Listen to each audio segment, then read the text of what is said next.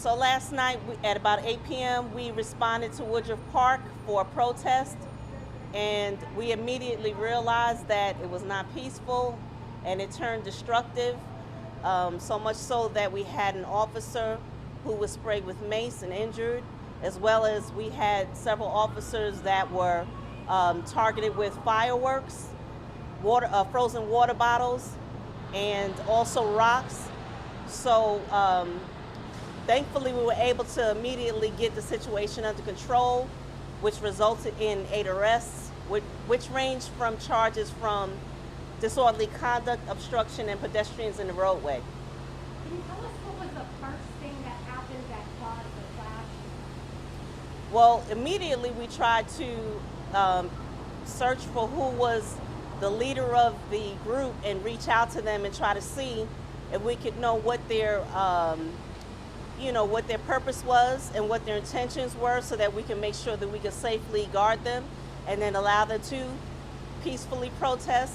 But we were immediately met resistance with that outreach, and that's when it obviously went in the direction that it did. Was the organizer not welcoming of you all? The organizer was not welcoming at all, and we were immediately we realized that their intentions were to be destructive.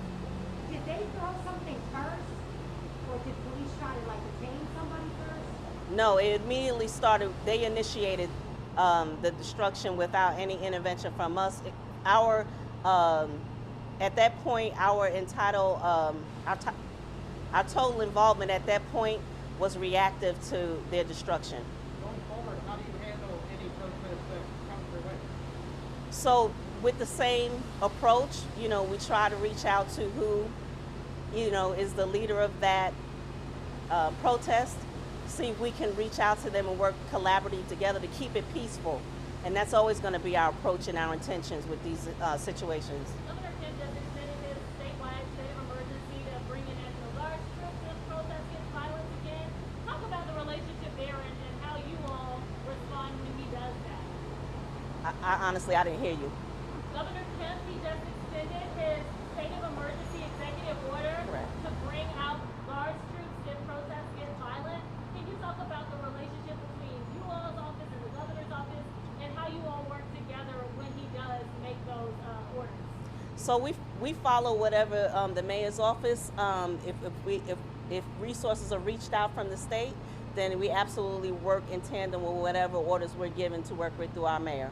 Has that been helpful when the governor's office has brought in National Guard troops in that past? Yes, and we've also, and I also need to mention that we had collaboration with other agencies in the metropolitan area who have also helped us out last night. So it's a collaborative effort with all of the agencies in this area, and we welcome the help, and I think we work well together. And that's why we were able to come to a quick resolution of the destruction last night. One last question for me. Have you heard from Governor Kemp's office at all regarding what happened last night? He issued that executive order right before this happened. I can't speak to that. I did not get any intelligence on that. How are the officers now? I'm sorry? How are the officers now? Oh, the injuries to the officers were minor. No one had to be transported or admitted to the hospital, so we're grateful for that. How many people were arrested?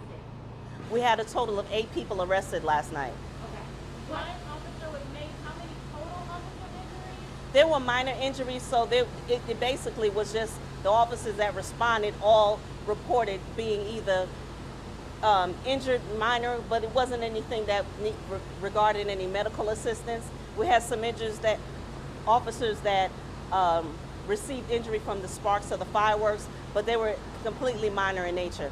With the 8 arrests, were any of them charged with assaulting police officers? We're going to make sure that we investigate that further. We don't have any charges yet, but that investigation is pending. Okay. Any plan on if there are any more protests? I don't know of any, but if there are more today, or I expect some on the weekend, what's APD's plan? Yeah, so we're definitely making sure we keep the pulse of that to make sure we stay ahead of anything that we hear about so that we can respond to it. But we do definitely have resources available and ready to respond to any of that. And we do welcome peaceful protests and hope that we can reach out and work with anybody who does want to do that. But it's accurate for us to say this was never peaceful? This never was peaceful, and it's obvious it wasn't intended to be peaceful. And it didn't look like the regular peaceful protesters that we always see, at least from what I saw. That's correct. We did not recognize who was, immediately recognized who was involved with this and created the destruction. Would you say it was more of a younger crowd? Yes, Okay. definitely seemed like more of a younger crowd.